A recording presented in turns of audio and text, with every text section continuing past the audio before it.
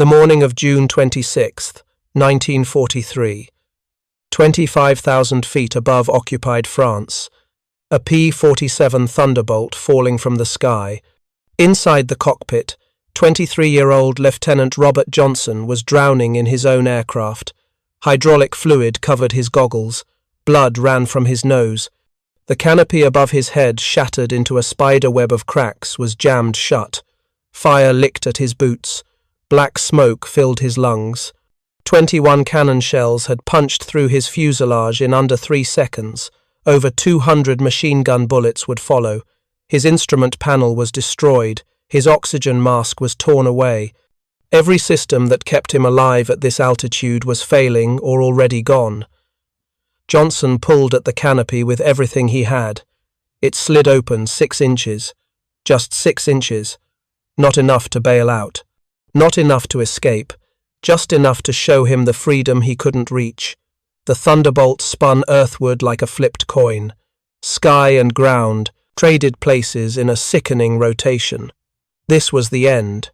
At 23 years old, over a country he'd never seen before the war, Johnson was about to become another statistic in the meat grinder of aerial combat. But something impossible was about to happen. Something that would make German pilots question what they thought they knew about American engineering. Something that would prove that sometimes survival isn't about skill or luck, it's about the 7 tons of American steel wrapped around you, refusing to die. This is the story of how one pilot and one aircraft defied every law of aerial combat. How a farm boy from Oklahoma and a fighter plane nicknamed the Jug survived an attack that should have killed them 3 times over, and how 50 miles of enemy territory, a jammed canopy, and a German ace with empty guns became the longest flight of Robert Johnson's life. Every battle tells a story, and every hero deserves to be remembered. Subscribe now and stand with us as we keep history alive. To understand how Johnson survived, you have to understand what he was flying. The Republic P-47 Thunderbolt was never meant to be beautiful. When the first prototypes rolled out of the Republic Aviation Factory in Farmingdale, New York, in 1941, pilots took one look and started making jokes. It was huge. It was heavy. It looked like someone had strapped wings to a beer barrel and called it a fighter. British pilots, accustomed to the sleek lines of the Spitfire, were horrified when they first saw it. One reportedly said you could defend yourself from a Luftwaffe fighter by running around inside the fuselage and hiding. American pilots weren't much kinder.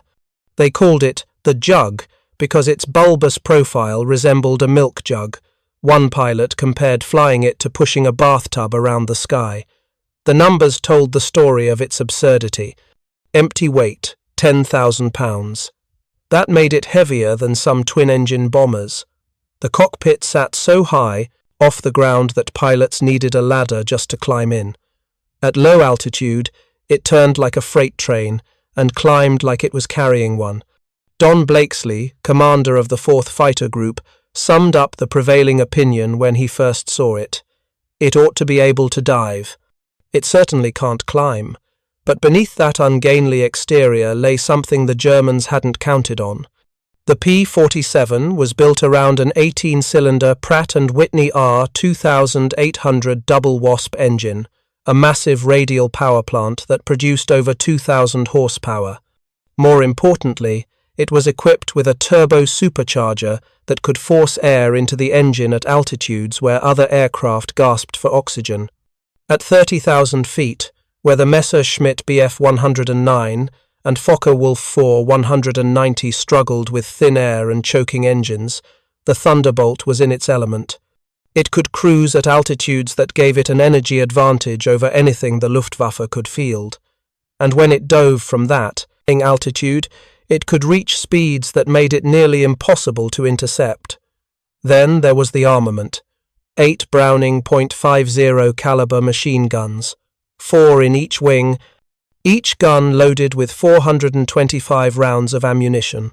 When all 8 guns fired together, they could put 100 rounds per second into a target zone about 6 feet wide.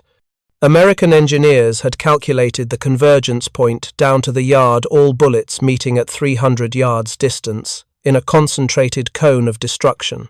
German pilots who survived encounters with the Thunderbolt reported that when those 8 guns opened up, enemy aircraft didn't just get damaged, they disintegrated. The armor-piercing incendiary rounds burned at 3,000 degrees, hot enough to melt aluminum on contact.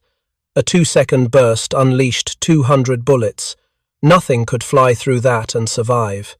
But the Thunderbolt's real secret wasn't its speed or its guns. It was how it was built. Where the Messerschmitt relied on a liquid-cooled inline engine vulnerable to a single bullet rupturing the cooling system, the P-47 had an air-cooled radial that could lose cylinders and keep running. Where German fighters used lightweight construction to maximize agility, the Thunderbolt was armored like a flying tank. The pilot sat behind a 1-inch steel plate. The fuel tanks were self-sealing. The airframe could absorb damage that would tear other fighters apart. German ace Heinrich Baer, who flew against every Allied fighter type, later said the P-47 could absorb an astounding amount of lead and had to be handled very carefully. That wasn't respect. That was fear. By the spring of 1943, the Thunderbolt was being deployed across every theatre of war. In the Pacific, modified P-47 seconds, with 200-gallon drop tanks, were flying missions that doubled their range. In Europe, the 8th Air Force was using them to escort heavy bombers deep into German territory, and in the 56th Fighter Group, a unit that would eventually be credited with destroying more Luftwaffe aircraft than any other American fighter group, a young pilot from Oklahoma was learning to fly it. Robert Samuel Johnson never looked like a fighter ace. Born in Lawton, Oklahoma, on February 21, 1920, he was the son of an automobile mechanic. His childhood was ordinary. His ambitions were not. In the summer of 1928, when he was 8 years old, his father took him to an air show at Fort Sill. He watched Army biplanes loop and roll through the Oklahoma sky and decided right then what he wanted to be. Then and there, he later recalled, I changed my goal from cowboy to Army aviator. He started flying at 13, got his private pilot's license the day before he turned 16. After junior college in Lawton, he enlisted in the Army Air Forces on November 11th, 1941, exactly 1 month before Pearl Harbor, brought America into the war. But Johnson had a problem. He was reckless. He had what his instructors called poor shooting discipline.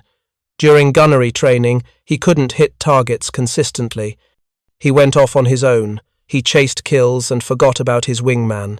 He flew like every mission was personal. His commanders wrote evaluations that were polite but damning, talented but undisciplined, skilled but unreliable. The kind of pilot who might shoot down a lot of Germans or might get his whole flight killed trying. When he was sent to Wales in March of 1943 for a 2-week course in aerial gunnery, his chance to finally qualify on the P-47's weapons, bad weather prevented any training flights. He returned to his squadron, still not officially qualified to fire his guns in combat. It was an inauspicious start for a pilot who would eventually be credited with 27 aerial victories and become the first American fighter pilot in Europe to surpass Eddie Rickenbacker's World War I score of 26 kills. Johnson shipped to England in January of 1943 with the 56th Fighter Group aboard the RMS Queen Elizabeth. The unit was commanded by Lieutenant Colonel Hubert Zemke, a legendary fighter leader who would eventually mold the group into what became known as Zemke's Wolfpack. They were assigned to RAF King's Cliff in Northamptonshire. There they received brand new P-47C Thunderbolts and began training on them. The pilots were skeptical. The aircraft seemed too big, too heavy, too unlike the nimble fighters they'd expected to fly against the Luftwaffe. But Zemke was a believer. He pushed his pilots to learn the Thunderbolt's strengths and avoid its weaknesses. Don't turn with German fighters at low altitude. Climb high, use your altitude advantage, dive on them. Use your speed and your guns, then climb back up and do it again. The 56th Fighter Group flew its first combat mission on April 13, 1943. Johnson was on that mission. They swept over Belgium looking for German fighters. They didn't find any. It was anticlimactic. His first kill came a month later, June 13th, northwest of Ypres, Belgium. Johnson was flying as part of Colonel Zemke's section when they spotted about 20 Focke-Wulf 4 190 seconds below them at 20,000 feet. Zemke led the attack. Johnson followed. He fired on the leader of a German formation and saw his tracers walk across the enemy aircraft. The Fu W-190 nosed over and fell away, trailing smoke. 1 kill. Johnson was no longer a rookie, but he wasn't an ace either. He was just another pilot in a very dangerous job, learning his trade over hostile territory where mistakes were permanent. 13 days later, on June 26, 1943, Robert Johnson would learn exactly how permanent those mistakes could be. Late afternoon, the sun is already beginning its descent toward the horizon. 48 P-47 Thunderbolts lined up at RAF Manston, a forward airfield on the southeastern tip of England, closest to occupied France. The mission briefing had been straightforward. B-17 Flying Fortresses had bombed Villacoublay airfield outside Paris. They were coming home. The Thunderbolts would fly out to meet them over France and escort them back across the Channel. Standard bomber escort, the kind of mission the 56th had flown dozens of times. Johnson's aircraft for the day was P-47 C-2-RE, serial number 41-6235. He'd nicknamed it Half Pint, the name painted in white letters on the dark olive drab nose. It was a good aircraft, reliable. It had brought him home from every mission so far. He climbed the ladder into the cockpit and settled into the seat. The pre-flight checks were automatic by now. Fuel mixture, propeller pitch, gun switches. The big Pratt & Whitney engine coughed to life with a roar that rattled your bones even through the sound-deadening headset. One by one, the Thunderbolts began rolling. The tower cleared them for takeoff. Johnson advanced the throttle and felt 7 tons of aircraft accelerate down the runway. The tail came up. The rumbling stopped as the wheels left the ground. Gear up, climb out over the Channel. The formation assembled over the water, 4 squadrons, 48 aircraft. They looked impressive, a wall of American steel heading for France. Johnson was flying tail-end Charlie, the last aircraft in the formation, the most vulnerable position, the spot where you catch the first bullets when someone bounces you from behind. They crossed the French coast and turned inland. Below them, the countryside looked peaceful. Green fields, small villages, roads winding between hedgerows. You could almost forget there was a war on. The radio crackled with position updates. The bomber stream was ahead, right on schedule. Everything was going according to plan. They were approaching the rendezvous point near Forges-les-Eaux when the universe exploded. 16 Focke-Wulf 4 190 seconds dove from above and behind at 400 miles per hour. The German formation had been waiting at 30,000 feet higher than the American radar could track, higher than the Thunderbolts were flying. They'd positioned themselves perfectly, sun at their backs. Altitude advantage. The Americans silhouetted against the lighter sky below. The attack was textbook Luftwaffe tactics. Jagdgeschwader 26, one of the most experienced fighter units in the German Air Force. Pilots who'd been fighting since the Battle of Britain. Men who knew exactly where to aim and exactly how much lead to give a diving target. The first indication Johnson had that anything was wrong was the sound. Not his radio that came a half-second later, but the sound. The high-pitched scream of Daimler-Benz engines at full power mixed with the distinctive crack, crack, crack of cannon fire. Then the radio erupted. Brake right, bandits, 6 o'clock. Hi! The Thunderbolt formation scattered like pigeons hit by a hawk. 48 aircraft peeling off in every direction. The coordinated fighter screen dissolved into 48 individual fights for survival. Johnson started his brake. He hauled the stick right, and felt the G-forces press him into his seat. But he was tail-end Charlie, last in formation, and the Germans had hit from behind. He didn't have time. The first cannon shell hit his aircraft before he completed the turn. The sound of a 20mm cannon shell hitting an aircraft is not like a bullet. A bullet makes a sharp crack-a-puncture. A cannon shell makes a sound like someone hitting the fuselage with a sledgehammer. It's a deep, resonant thump that you feel in your bones and your teeth. Johnson felt 21 of them in under 3 seconds. Thump. The first shell hit somewhere behind him. The aircraft shuddered. Thump, thump, 2 more. The fuselage twisted slightly. Metal screamed. Thump. This one was close. He felt the detonation through the seat. The canopy above his head exploded. 1 second it was intact plexiglass. Next it was a spider web of cracks with holes punched through it. Shards of plexiglass flew inward. Johnson threw his left arm up instinctively. He felt something slice through his flight suit. T-H-U-M-P, T-H-U-M-P, T-H-U-M-P. 3 shells in rapid succession. The instrument panel erupted in sparks and broken glass. Dials exploded. The airspeed indicator shattered. The altimeter cracked. The compass spun wildly and stopped. Every gauge that told him where he was and how fast he was going went dark. Then the hydraulic system failed.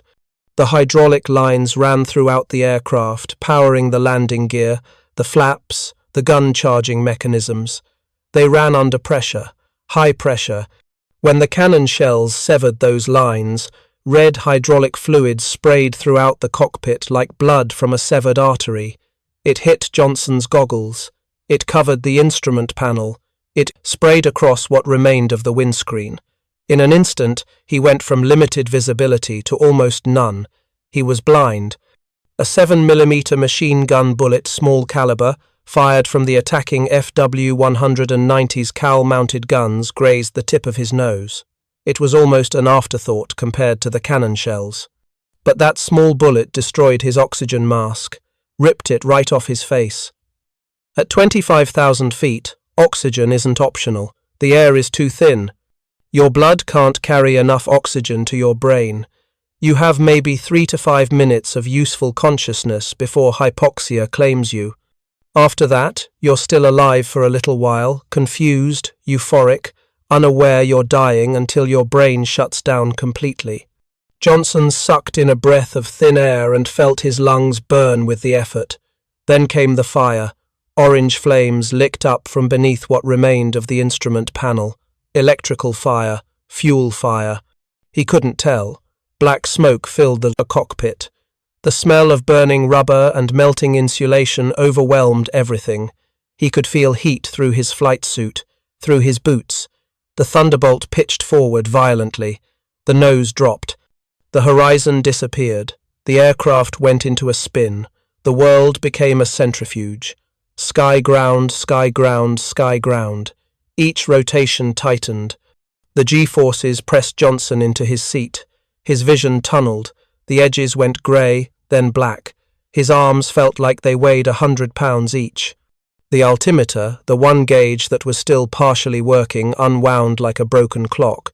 22,000 feet, 20,000, 18,000, falling at 3,000 feet per minute, falling faster. Every pilot knows what a flat spin means. It means you're dead. Once an aircraft enters a fully developed spin, the aerodynamic forces make recovery nearly impossible. The rotation feeds on itself. The only solution is to bail out. Johnson grabbed the canopy frame with both hands. He braced his boots against what remained of the instrument panel. He pulled. The canopy, designed to slide back on rails, moved 6 inches and stopped. 6 inches. He pulled harder.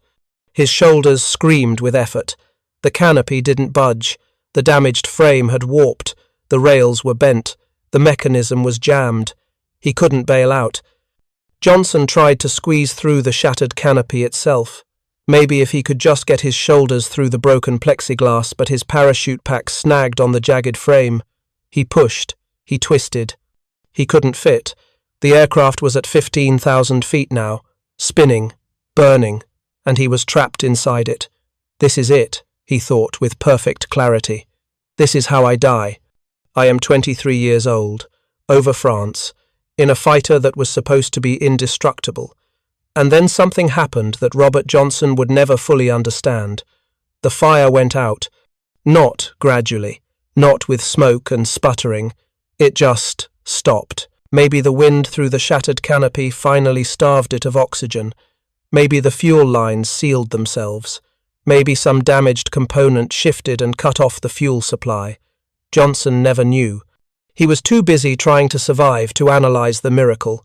But the fire was out, and his training burned into him through hundreds of hours in the cockpit took over.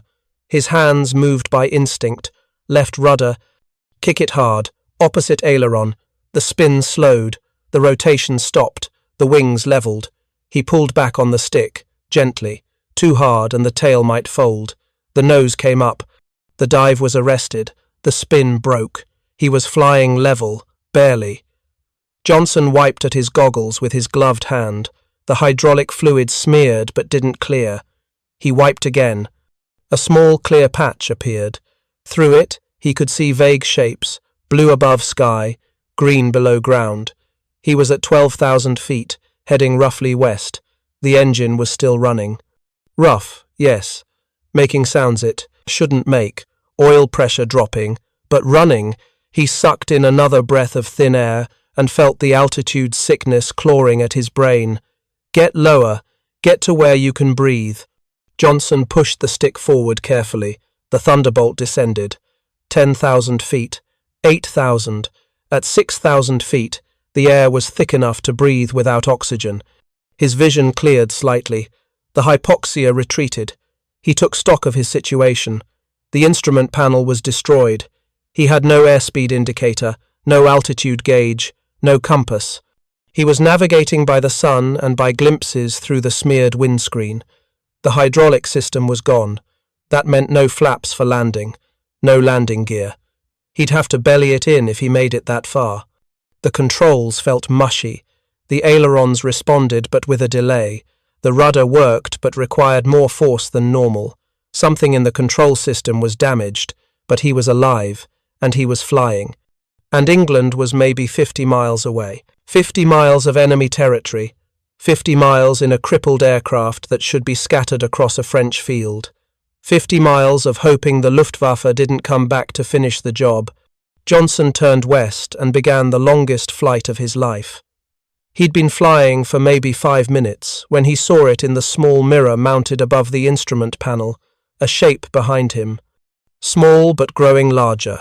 Blue and yellow paint scheme. The distinctive elliptical wing and radial engine cowling of a Focke-Wulf 4 190, coming in fast. Johnson's blood went cold. He had no hydraulics, which meant he couldn't charge his guns. Even if he couldn't maneuver to fight. Any violent turn might tear the damaged aircraft apart. He was defenseless. The Fo 190 closed to 200 yards. 100 yards, 50 yards. At 50 yards, barely half a football field, the German opened fire. If you find this story engaging, drop a comment, share your thoughts, and let's honor the heroes together. But something was wrong. Johnson could hear it. The sound was different. Not the heavy thump of 20mm cannons. Just the lighter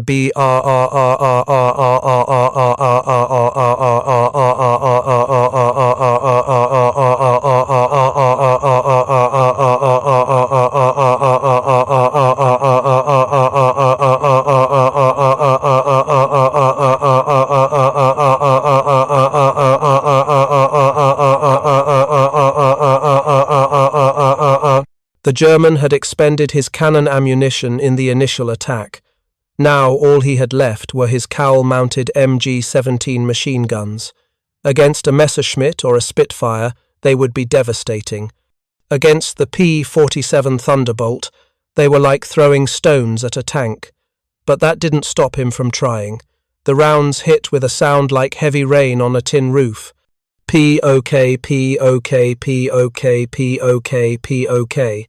Johnson could hear each individual impact, feel the aircraft shudder with each hit. The bullets punched through the aluminum skin like it was paper. Behind his seat was a 1-inch steel armor plate, standard equipment on all Thunderbolts. Johnson pressed himself against it, made himself as small as possible. The plate was rated to stop 50 caliber rounds at close range. 7.9 2mm rounds shouldn't penetrate it. Shouldn't. Every instinct screamed at him to evade, to jink, to throw the aircraft into a desperate barrel roll or split S, anything to throw off the German's aim. But he couldn't. Any violent maneuver might tear off a wing or snap the tail. The aircraft was holding together through sheer stubbornness. He had to fly straight, so he did. He flew straight, while a German fighter pilot emptied his machine guns into his aircraft from point-blank range. The stream of tracers continued. 50 yards became 40 yards. Johnson could see the muzzle flashes from the 4 190s cowling, individual flashes, 1, 2, 3, 4, 5, synchronized with the impacts hammering his fuselage. He stomped on the rudder pedals desperately. Left rudder, right rudder, left rudder. The Thunderbolt skidded left and right without turning anything to spoil the German's aim. The big fighter wallowed through the air like a wounded animal. Still the bullets came. Johnson counted in his head. 50 impacts, 75, 100. The German was systematically perforating his aircraft, square foot by square foot. Any second now, a bullet would find something critical. A fuel line, a control cable, the engine oil reservoir. Him, any second. The firing continued. Johnson could see pieces of aluminum skin fluttering in the slipstream where bullets had punched through. The tail was a sieve. The fuselage looked like someone had attacked it with an ice pick. 150 impacts, 200, and then silence. The muzzle flashes stopped. The impacts ceased. The sound of bullets hitting aluminum faded to nothing. The full 190 swung out wide to Johnson's left and pulled alongside. Close, maybe 50 feet of separation. Close enough for Johnson to see into the other cockpit. The German pilot was young. Dark leather helmet, light-colored flight suit. His face was turned toward Johnson's aircraft, staring at the impossible damage. For a long moment, 5 seconds that felt like 5 minutes, the two pilots looked at each other across the narrowing sky. 2 warriors, 2 nations, 2 men doing a job they'd been trained to do. Johnson must have looked like a corpse. Half his face was covered in blood from the nose wound. Hydraulic fluid streaked his goggles and flight suit. His aircraft was trailing smoke and leaking fluids. He should be dead. The German raised his right hand from the control stick. Not in aggression, not pointing, but palm outward, a salute. He rocked his wings, once, twice, the universal signal between pilots, acknowledgement, respect, perhaps something close to pity. Then he pushed his stick forward, rolled inverted, and dove away toward France. In seconds, he was gone. The German pilot's identity remains one of the great mysteries of the air war.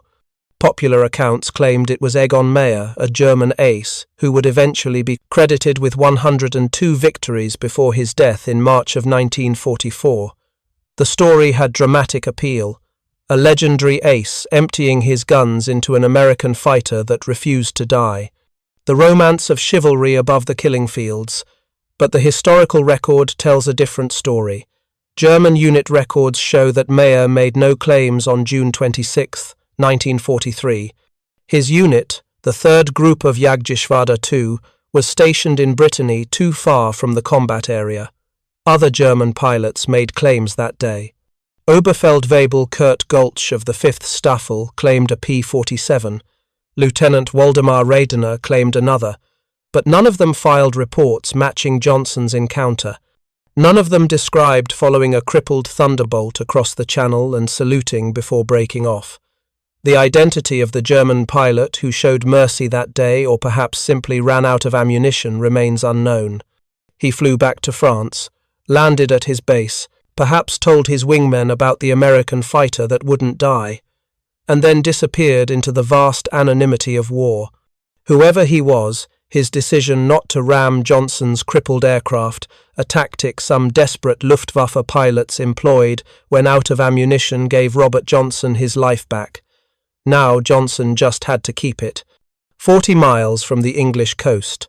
The channel stretched ahead, grey water, white caps, no place to land if the engine quit. Johnson nursed the Thunderbolt westward. The big Pratt and Whitney radial coughed and sputtered but kept turning. Oil pressure was dropping, engine temperature rising. Every gauge that still worked was showing numbers in the red. He could feel every vibration through the control stick. Something in the engine was damaged. Cylinder heads maybe, valves, connecting rods. The smooth roar had become a rough bark, punctuated by misfires, but it kept running. The coastline of France disappeared behind him. Below, the channel looked cold and uninviting. Johnson knew the survival statistics for ditching in the channel. Even in summer, the water temperature would kill you in hours.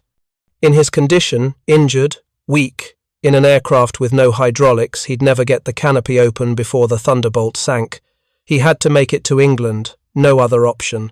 The minutes stretched. Each one felt like an hour. The engine ran rough, but it ran. The controls were mushy, but they responded. The aircraft held together through nothing but the stubbornness of American engineering. Johnson tried to wipe his goggles again.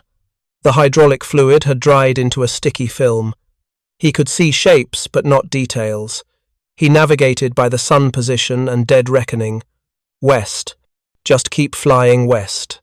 Then, finally, a dark line on the horizon. The white cliffs. England. He'd made it across the channel. But the hardest part was still ahead. Johnson had no radio. The electrical system was partially destroyed.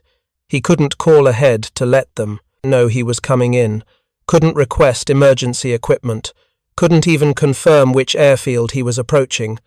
Through the smeared windscreen, he recognized landmarks, the coastline, the fields. He was approaching RAF Manston, the forward airfield where the mission had started a lifetime ago. Landing a P-47 Thunderbolt with no hydraulics meant no flaps and no landing gear. A belly landing. It was survivable, but violent. The aircraft would slide across the grass on its belly until friction stopped it. If he came in too fast, he'd cartwheel.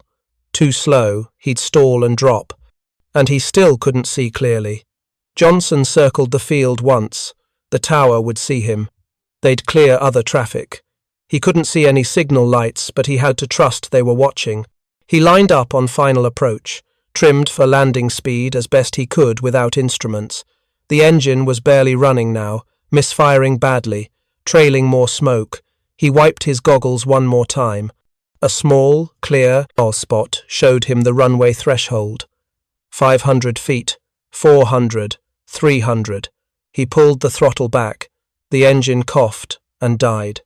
Complete silence except for the wind rushing over the damaged aircraft. 200 feet. He pulled back gently on the stick, flared. Hold it off. The Thunderbolt settled. The tail dropped. The fuselage hit the grass with a grinding screech of metal on earth. The nose dropped. The propeller blades bent and snapped as they hit the ground. The aircraft slid forward in a shower of dirt and grass and sparks. Johnson was thrown forward against his harness.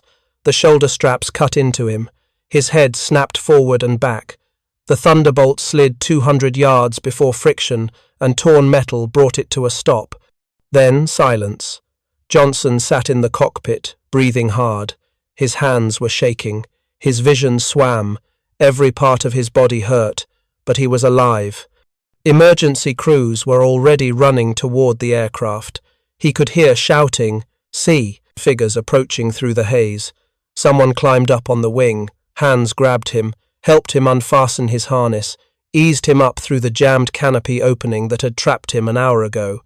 Johnson's legs gave out as soon as his feet touched the ground. 2 crew members caught him, lowered him down. Someone was asking him questions, but the words didn't make sense. He looked back at his aircraft. What had been a pristine P-47 that morning was now a wreck. The entire fuselage was perforated with holes. The tail looked like lace. The wings were shredded. Fluids leaked from a dozen different places. The canopy was shattered. The nose was crushed from the belly landing. One of the ground crew was walking around the aircraft with a piece of chalk, marking each bullet hole with an X. He started at the tail and worked forward.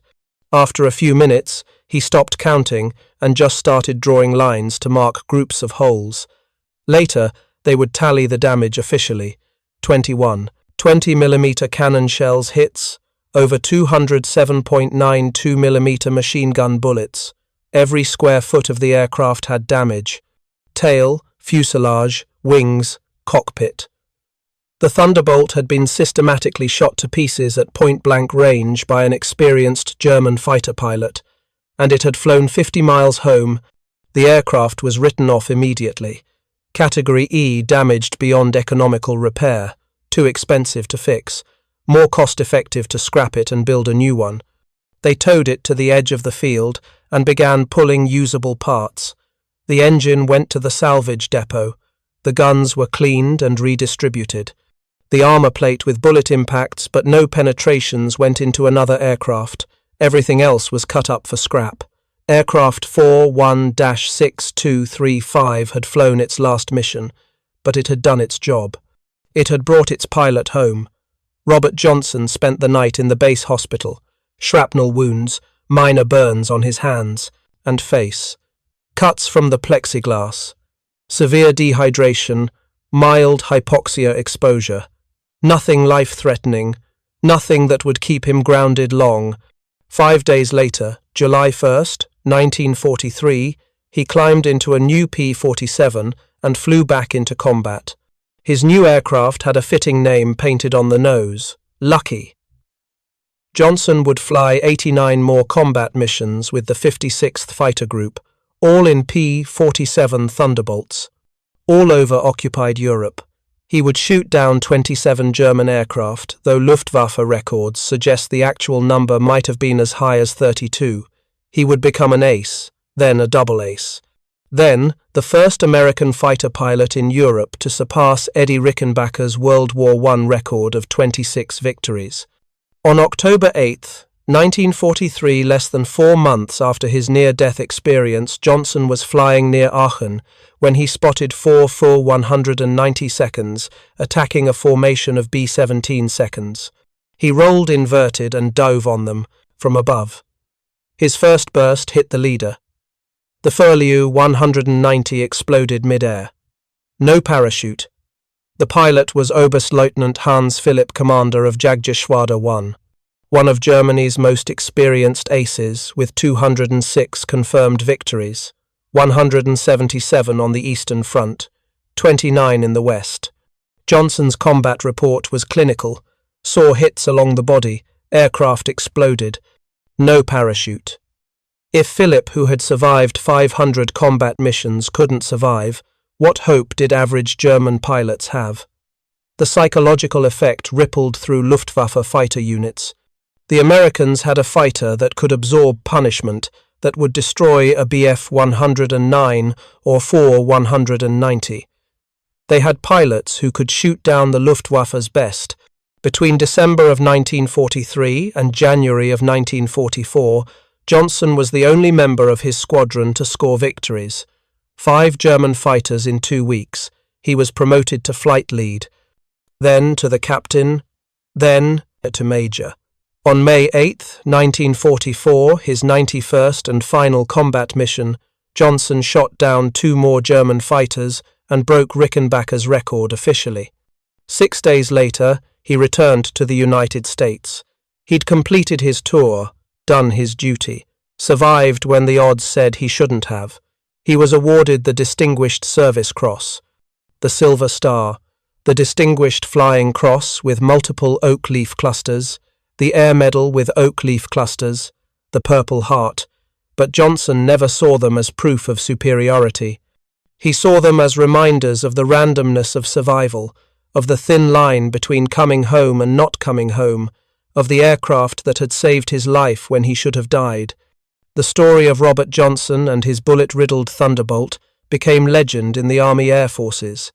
It spread through fighter squadrons like wildfire. Pilots who'd been skeptical of the big, heavy P-47 started to reconsider. Ground crews pointed to the wreckage and said, "That's what saved him." German pilots who'd mocked the Thunderbolt called it slow, called it clumsy, called it a milk jug with wings, stopped laughing. Word spread through Luftwaffe units about American fighters that could absorb 20 cannon shells and 200 machine gun rounds and keep flying. The psychological effect was devastating. If you hit a BF 109 inches, the cooling system with a single bullet, it went down. Hit an FW 190's wing spar and the wing folded, but hit a Thunderbolt? You emptied your guns into it and watched it fly away. German ace Heinrich Baer later said the P-47 could absorb an astounding amount of lead and had to be handled very carefully. That wasn't tactical advice. That was fear disguised as respect. In the Pacific Theater, P-47 seconds modified with 200-gallon drop tanks were flying missions that doubled their combat radius. In Europe, they were escorting bombers deep into Germany. In Italy, the Brazilian 1st Fighter Squadron flew 445 missions in P-47 seconds with minimal losses. The Thunderbolt became the most produced American fighter of World War II. 15,463 aircraft were built, more than any other U.S. fighter. They served in every theater, shot down thousands of enemy aircraft, destroyed thousands more on the ground, provided close air support for ground forces from D-Day through VE Day. And through it all, pilots climbed into their cockpits knowing that if things went wrong, if they took damage, if they got hit, if an enemy pilot got lucky, the Thunderbolt might just absorb the punishment and bring them home, the same way it brought Robert Johnson home on June 26, 1943. Johnson survived the war. He was discharged in 1946 with the rank of lieutenant colonel. He returned to Oklahoma, got married. I had children, worked in aviation and insurance, lived a quiet life far from the violence that had nearly killed him over France. But he never forgot that day, never forgot the sound of cannon shells detonating against his aircraft, the feel of fire at his feet, the terror of being trapped in a damaged fighter at 25,000 feet, the German pilot who could have rammed him but chose to salute instead. In 1998, at the age of 78, Robert Johnson passed away in Tulsa, Oklahoma. He'd lived 55 years beyond the day he should have died, raised a family, seeing his grandchildren grow up, lived a full life that hundreds of other pilots whose names are carved on memorials in England and France and Belgium, never got to live. The official records list his cause of death as kidney failure, but for those who knew his story, the real cause of death was simpler. Robert Johnson died because eventually everyone does. Not because a German ace shot him down over France, not because his aircraft failed, not because his luck ran out. He died in his sleep, in his home, surrounded by family. 55 years later, he was supposed to die alone in a burning cockpit over enemy territory. That's what the P-47 Thunderbolt gave him. Not invincibility, not guaranteed survival, just a chance, a possibility, a roll of the dice that came up in his favor when it mattered most. And sometimes, in war, that's all you can ask for. There's a photograph from June 26, 1943, black and white, grainy. It shows the damaged canopy of aircraft 41-6235. The plexiglass is shattered into a spider web pattern. Large holes from 20mm cannon shells puncture the frame. Smaller holes from machine gun bullets perforate the surrounding structure. Someone, probably the ground crew, circled the largest holes with chalk. Count them, documented them, made the damage real and quantifiable. But the photograph doesn't show what happened inside that cockpit. The blood and hydraulic fluid, the smoke and fire, the terror of being trapped. The impossibility of survival that became possible anyway.